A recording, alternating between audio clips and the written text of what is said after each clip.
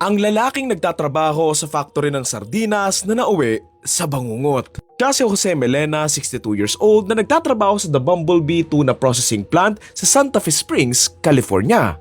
Hanggang ng October 11, 2012, nagsasagawa ng maintenance check itong si Jose sa loob ng isang 35-foot long na oven or pressure cooker.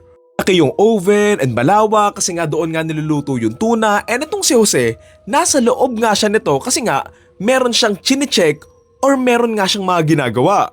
Aso ayun lang, habang nasa loob nga ng oven si Jose, dito nga biglang dumating yung katrabaho niya na inakala ngang nasa banyo siya, kaya naman dito nga niya sinarado at inon yung oven para gamitin ito.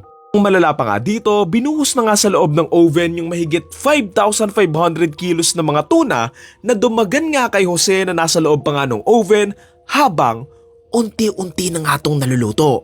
So ano kamong nangyari kay Jose? Ano bang nangyayari sa isang ulam kapag pinasok mo sa isang oven? Ganon din basically yung nangyari nga kay Jose. Kamaya lang, dito nga mapapansin ng mga katrabaho ni Jose na nawawala nga siya. Nag-aalala na nga yung supervisor niya at yung mga katrabaho niya, kaya naman dito na nga nila siya hinanap doon nga sa buong factory at sa bawat sulok nga nito hanggang sa maisipan nga nilang buksan yung oven na kanina pa nga naka-on. Kalipas ang 2 oras, nahanap nga nila si Jose pero sadly, huli na ang lahat.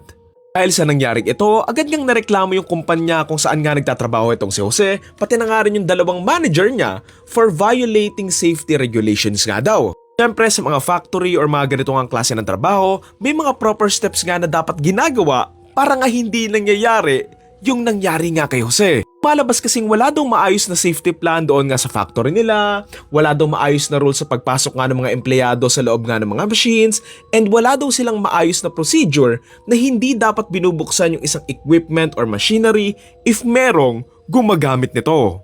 Kasi kung may proper steps lang na talagang chinecheck nga nila yung loob or tinitignan ngang maigi kung meron bang tao doon sa loob or doon nga sa paligid ng machine bago nga ito buksan, malamang buhay pa nga itong si Jose. Tulo, wala din namang nakulong sa kaso na ito kung saan yung 2 manager nga na kinasuhan ay dumaan lang sa 3 years na probation, community service, and also retraining para sa mga trabaho nila.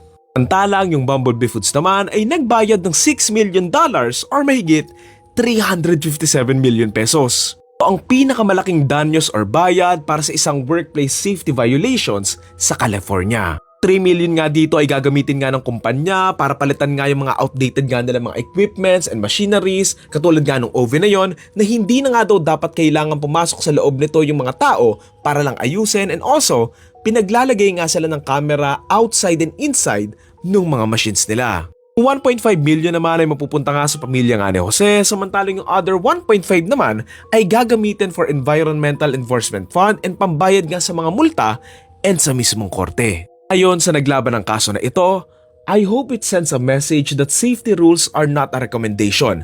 They are a legal requirement. I'm hoping people will realize shortcutting safety rules to make a few extra bucks and improve the bottom line is not a tolerable equation. Hindi man na makakabalik pa si Jose, ang gusto na nga lang daw ng pamilya niya ay magawan ng paraan para hindi na nga daw itong mangyari pa sa ibang taong katulad nga ni Jose na nagtatrabaho nga lang.